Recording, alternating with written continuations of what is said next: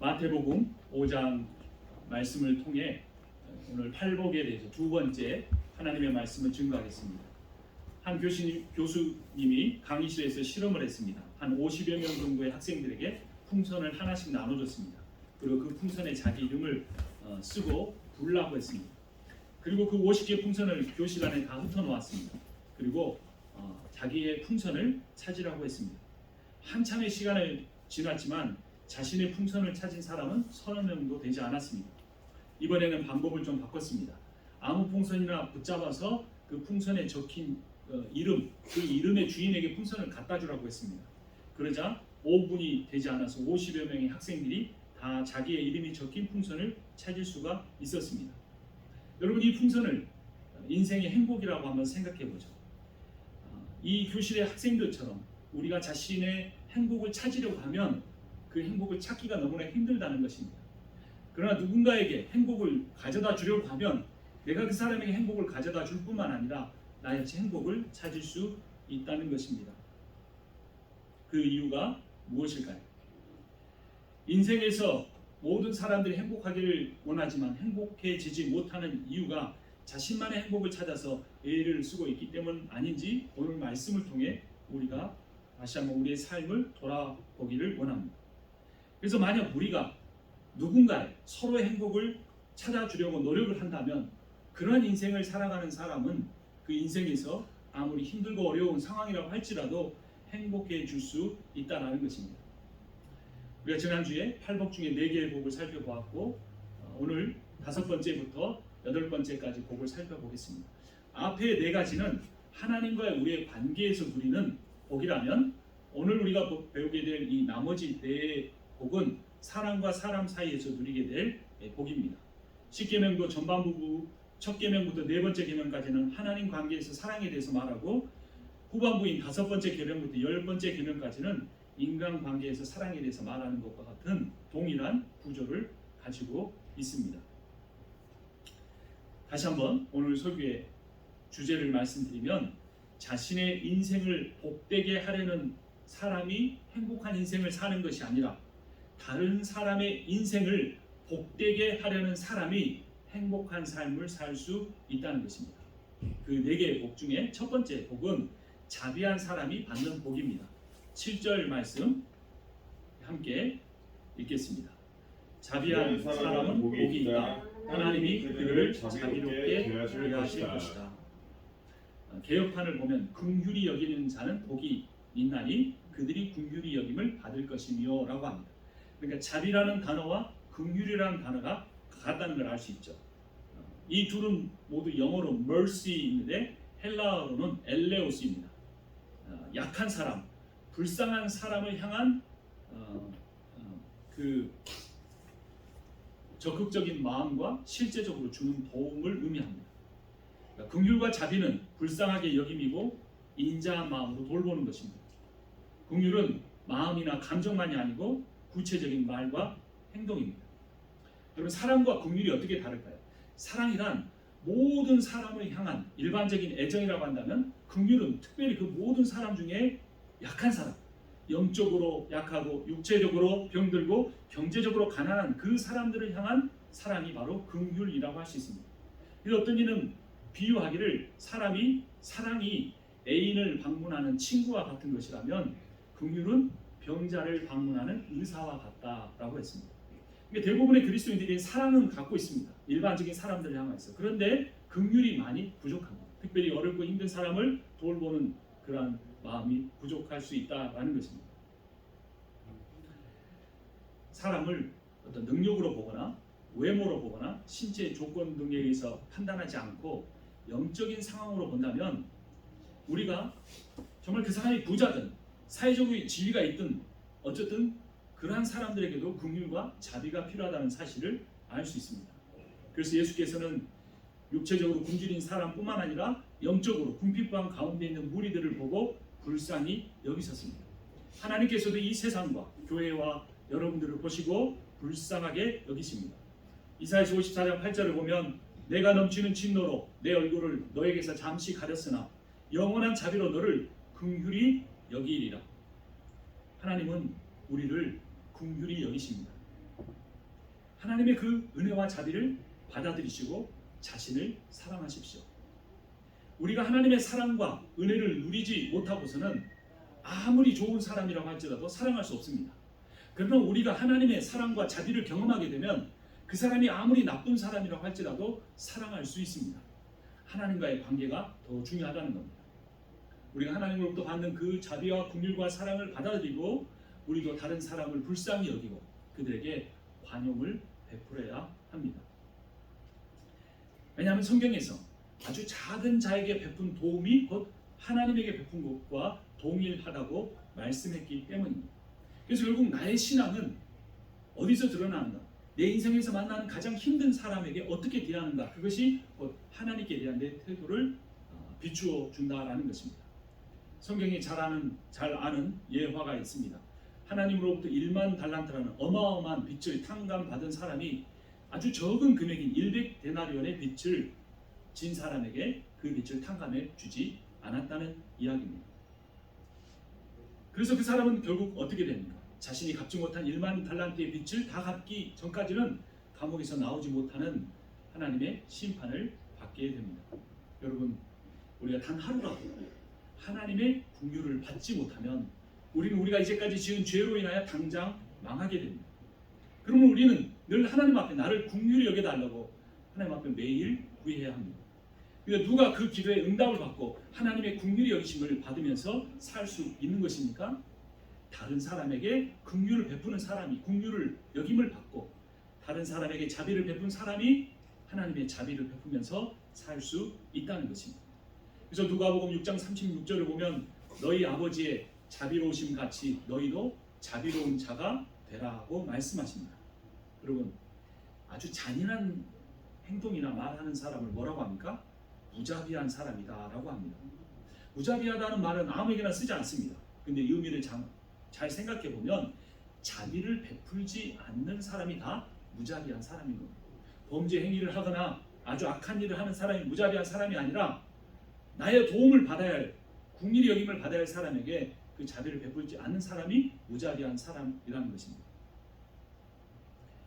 그리스도인은 무자비한 사람이 되어서는 안 될 것입니다. 무자비한 사람을 주님께서 어떻게 대하신다고 말씀하십니까? 앞에서 말씀드린 예화가 나오는 마태복음 18장 32절 이하를 보면 이에 주인이 그를 불러다가 말하되 악한 종아 네가 빌기에 네가 나에게 진 빚을 내가 다 탕감하여 주었거늘 내가 너를 불쌍히 여긴 것 같이 너도 내 동료를 불쌍히 여김이 마땅하지 아니하냐? 그러나 너는 그렇게 하지 아니하였다. 주인이 노하여 그 빚을 다 갚도록 그를 옥졸들에게 넘기니라.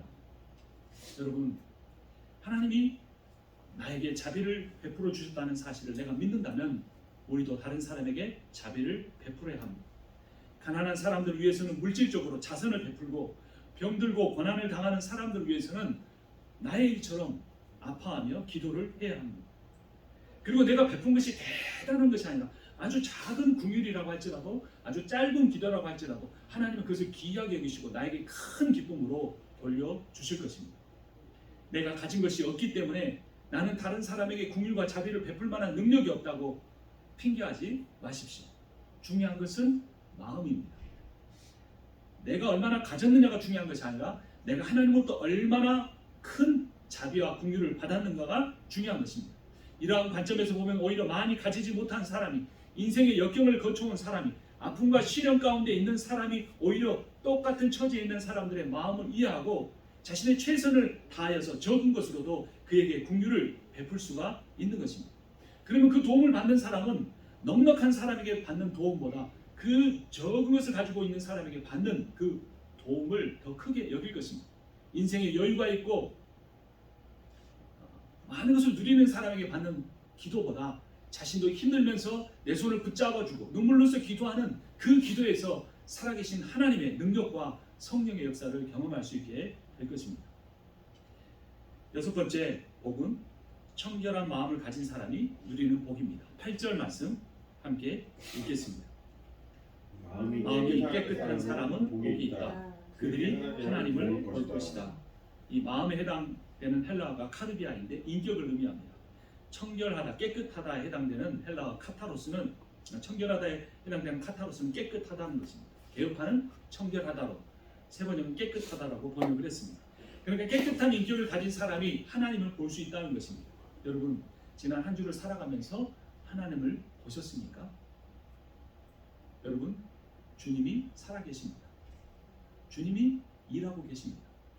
여러분의 인생에 아무리 힘든 과정을 지나고 있다고 할지라도, 여러분의 주변에 아무 자신을 도와주는 사람이 없다고 할지라도 주가 역사하고 계십니다. 그런데 우리의 마음이 깨끗이 되지 못하면 그 일하시는 하나님을 보지 못하고 자기 혼자 있다고 생각하고 나만 고난을 당하고 있다고 생각해서 더 깊은 좌절과 절망으로 빠져들게 되는 것입니다. 영적으로 단순하게 사는 사람이 하나님을 봅니다. 하나님을 보게 되면 하나님을 사랑하게 됩니다.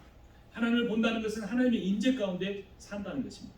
야고보서 4장 8절에 이렇게 말합니다. 하나님께로 가까이 가십시오. 그리하면 하나님께서 가까이 오실 것입니다. 죄인들이여 손을 깨끗이 하십시오. 두 마음을 품은 사람이여 마음을 순결하게 하십시오. 두 마음을 품을 때가 저에게도 있습니다.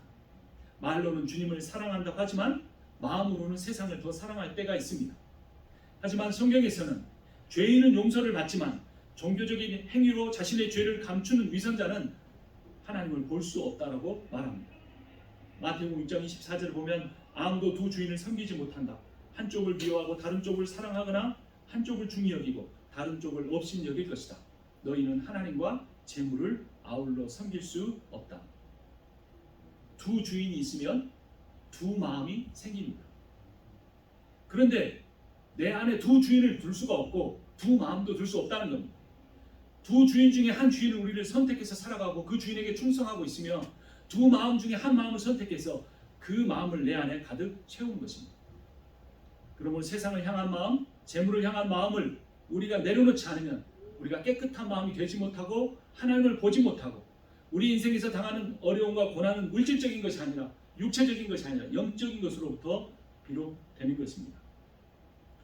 여러분, 깨끗한 마음을 가져야 합니다. 왜냐하면 모든 일이 마음에서 시작해서 마음에서 끝을 맺기 때문입니다. 마음속에서 일어나는 일이 겉으로 하는 행동보다 더 중요할 수 있습니다. 예수님께서 이중적인, 위선적인, 외식하는 바리새인들을 향하여 이렇게 말씀했습니다.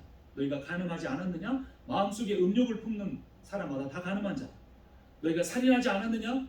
형제를 향하여 바보라고 생각하는 것만 해도 살인하는 것과 똑같다라고 말씀하셨습니다. 인간의 욕심에 가득 찬 마음이 결국 말과 행동으로 나오는 것입니다. 죄를 사모하는 마음이 죄를 짓게 만드는 것입니다. 내 마음을 주님께 온전히 드리지 않고는 깨끗한 인격이 되기 어렵고 깨끗한 인격이 되지 않으면 하나님이 내 안에 임재하시기가 어렵습니다. 이사야서 59장 2절에 이렇게 말합니다. 주님의 손이 짧아서 구원하지 못하시는 것이 아니고 주님의 귀가 어두워서 듣지 못하는 것이 아니다. 오직 너희 죄악이 너희와 너희 하나님 사이를 갈라놓았고 너희의 죄 때문에 주님께서 너희에게서 얼굴을 돌리셔서 너희의 말을 듣지 않으실 뿐이다. 그런데 오해를 하면 안 되는 것이 한 가지 있습니다. 마음이 청결한 상태를 자신의 마음에 정말 한 점의 티끌 같은 죄도 정말 한 점의 티끌 같은 욕심도 없어야 된다는 그런 의미는 아니라는 겁니다. 여러분, 집안에 얼마 만에 청소합니까? 일주일에 한번 청소하면 될지 모릅니다. 자신의 몸은 매일 닦으면 될지 모릅니다. 하지만 마음은 매 순간 깨끗하게 유지하려고 해도 금방 돌아서면 그 깨끗함을 유지하기가 어렵습니다. 그러니까 여기서 말하는 마음이 청결한 사람이 하나님을 본다는 의미에서 마음이 청결하게 된다는 것은 자신의 마음이 완벽하게 깨끗하게 된다는 의미가 아닙니다. 오히려 자신의 마음이 아무리 노력해도 깨끗하게 될 수 없음을 인정하는 것입니다. 그러면 어떻게 됩니까? 더 이상 자기의 힘과 노력으로 마음을 깨끗하게 하려고 하지 않고 욕심을 내려놓으려고 하지 않고 두려움을 없애려고 하지 않고 하나님만 간절히 바라는 상태가 되는 것입니다. 다윗은 사울보다 더 큰 죄를 지었지만 사울이 다윗보다 훨씬 더 큰 능력을 갖고 있었지만 하나님께서는 사울이 아닌 다윗을 자신의 마음에 합한 자라고 말씀하셨습니다. 왜냐하면 다윗이 잘못을 하지 않았기 때문이 아닙니다. 오히려 자신의 잘못에 대해서 늘 마음 아파하고 진심으로 전심으로 하나님 앞에 늘 자신의 죄를 인정하고 자신의 연약함을 고백했기 때문입니다. 다윗이 범죄한 뒤에 시편 51편에서 이렇게 고백합니다. 실로 나는 죄 중에서 태어났습니다. 어머니의 태 속에 있을 때부터 죄인이었습니다.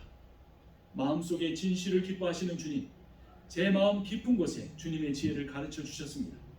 우술초로 나를 정결하게 해주십시오. 내가 깨끗하게 될 것입니다. 나를 씻어 주십시오. 내가 눈보다 더 희게 될 것입니다. 다윗은 절대적인 왕의 권력을 가졌기 때문에 자신의 죄를 계속 숨길 수 있었습니다.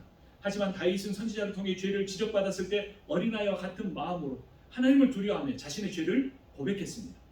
그리고 자신이 죄를 지었기 때문에 죄인이 아니라 자기의 존재 자체가 태어날 때부터 연약한 죄인임을 인정하고 하나님의 도움이 없이는 깨끗한 마음을 가지고 살 수 없음을 하나님 앞에 고백하며 울며 회개했습니다. 하나님은 우리의 마음이 우리의 노력으로 완벽하게 깨끗하게 되기를 원하시는 것이 아니고 우리가 하나님을 절대적으로 의지하면서 살아가기를 원하시는 것입니다. 마음이 깨끗하다는 의미는 죄의 욕망을 전혀 갖지 않는 상태가 되는 것이 아니라 자신이 늘 연약한 죄인임을 인정하는 정직한 마음의 상태입니다. 그러한 사람은 늘 하나님을 의지합니다. 그래서 구약시대 때는 제사 제도를 통해 그 사람 대신에 제물을 죽임으로써 그를 깨끗하게 씻어주셨습니다. 이제는 하나님께서 십자가에 죽은 예수 그리스도를 통해서 정직하게 자신의 죄와 연약함을 인정하는 사람에게 영원한 깨끗함을 주십니다. 여러분, 나의 마음이 나 자신이고 나의 존재의 본질입니다. 내가 모든 것을 지키고 살아도 마음을 빼앗겨 버렸다면 나는 모든 것을 잃은 것과 마찬가지입니다. 그런데 이상하게도 노력하면 돈을 벌 수도 있고 노력하면 자녀를 잘 키울 수도 있고 노력하면 부자도 될 수도 있지만 아무리 노력해도 마음은 지켜지지 않습니다.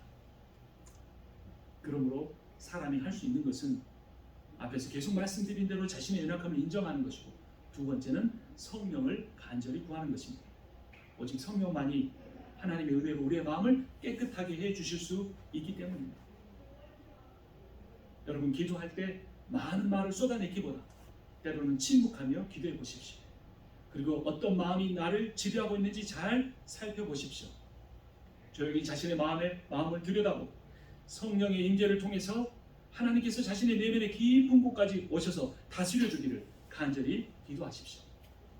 오히려 죄 짓는 사람은, 오히려 죄 교도소를 들락거리는 사람은 자기가 죄인이라는 사실을 알기 때문에 그렇게 마음을 지키려고 하나님께 간절히 구하지만 내가 나름대로 의롭게 살고 내가 윤리적으로 도덕적으로 잘 사는 사람은 자신의 마음을 지키는데 그렇게 최선의 노력을 다하지 않을 수도 있습니다.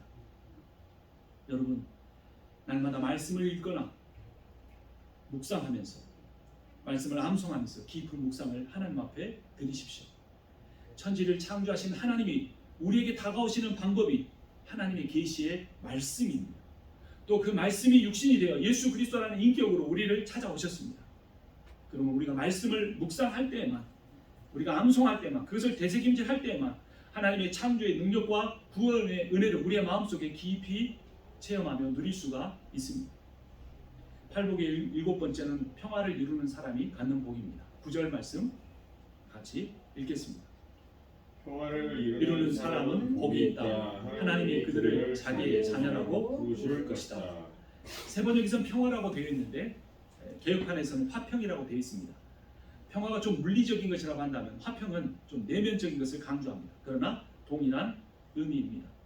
예수께서 이르시니 하나님 나라의 복음의 핵심이 뭐냐? 화평입니다. 평화입니다. 그래서 이 예수의 화평과 평화를 전하는 그 사람이 바로 하나님의 아들이고 하나님의 딸입니다. 시편 29편 11절을 보면 여호와께서 자기 백성에게 힘을 주시며 여호와께서 자기 백성에게 평강의 복을 주시리로다. 세상에서 가장 무서운 것이 전쟁입니다.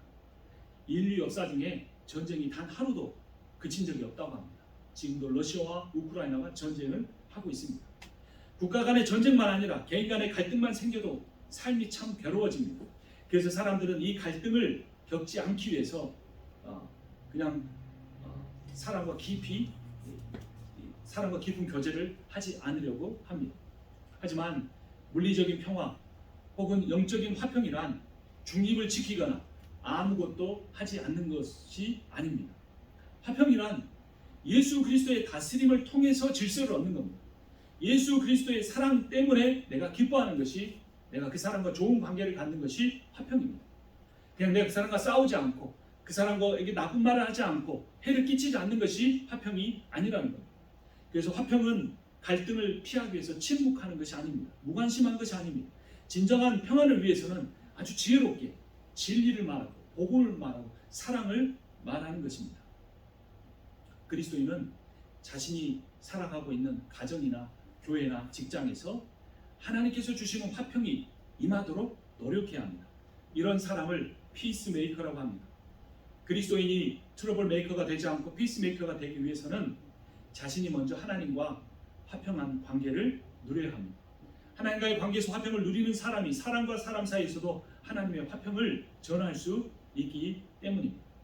여러분, 세상과 사회에 평화를 가져다 주는 사람은 외교관이나 선교사나 그러한 능력이 있는 사람만이 아닙니다. 예수 그리스도를 믿고 새로운 피조물이 된 사람은 모두 다 피스메이커의 직책을 받은 것입니다. 고린도전서 5장 17절 18절을 보면 그런즉 누구든지 그리스도 안에 있으면 새로운 피조물이라 이전 것을 지나갔으니 보라 새 것이 되었도다. 모든 것이 하나님께로부터 났으며 그가 그리스도로 말미암아 우리를 자기와 화목하게 하시고 또 우리에게 화목하게 하는 직분을 주셨습니다. 제가 목사라는 직분을 가진 게 아니고 누군가가 집사라는 직분을 가진 게 아니고 전도사라는 직분을 가진 게 아니고 우리가 가진 직분은 화목하게 하는 직분뿐입니다.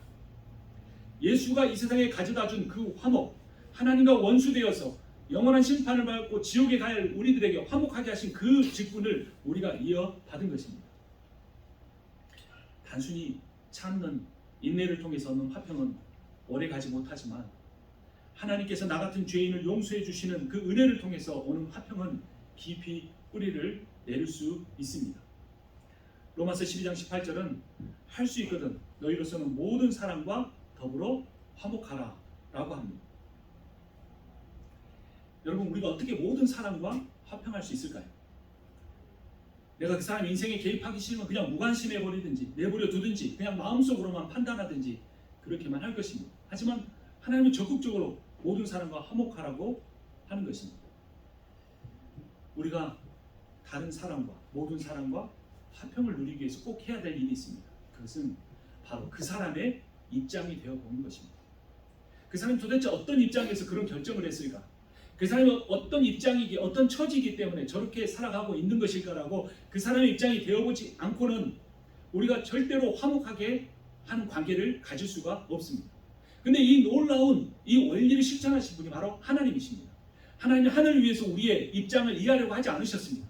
너는 왜 그렇게 사느냐고 보좌 위에서 판단하지 않으셨습니다. 인간이 되어보셨습니다. 우리의 입장이 되어보셨습니다. 그래서 여러분의 인생에서 어느 누구도 여러분의 아픔과 시련을 이해해 주지 못해도 하나님만큼은 이해할 수 있습니다. 왜냐하면 하나님은 여러분의 입장이 되어보셨기 때문입니다. 여러분이 가장 큰 고통을 당했을 때, 모든 사람에게 외면당했을 때, 아무도 의지할 수 없는 그 상태일 때 여러분 안에 임재하셔서 성육신의 은혜를 여러분들에게 베풀어 주셨기 때문입니다. 우리도 그 거룩하신 하나님이 내 입장 되어 보시려고 인간이 되셨으니까 우리도 피스메이커의 역할을 감당하려면 누군가를 판단하기보다 그 사람의 입장이 되어 봐야 합니다. 누군가의 관계가 어려운데, 그 사람을 용서하기 힘든데, 그 사람의 살아가는 모습이나 결정을 이해하기 힘든데 억지로 화평한 척 하려고 하기보다 먼저 내가 하나님과 진짜 화평을 누리고 있는지 돌아봐야 합니다. 하나님으로부터 온전한 용서를 경험한 사람만이 다른 사람을 용서하고 그 사람과 사이에 내가 진정한 화평을 누릴 수가 있기 때문입니다. 마지막 8번째 복은 의를 위하여 박해를 받는 사람이 받는 복입니다. 10절 말씀 함께 봅니다. 의를 위하여 박해를 받은 사람은 복이 있다. 하늘나라가 그들의 것이다. 팔복의 첫 번째가 무엇이었습니까? 심령이 가난한 자가 천국이 저희 것이다 그랬고, 마지막도 의를 위하여 박해받는 사람의 복이 있다. 천국이 그들의 것이다. 그러니까 천국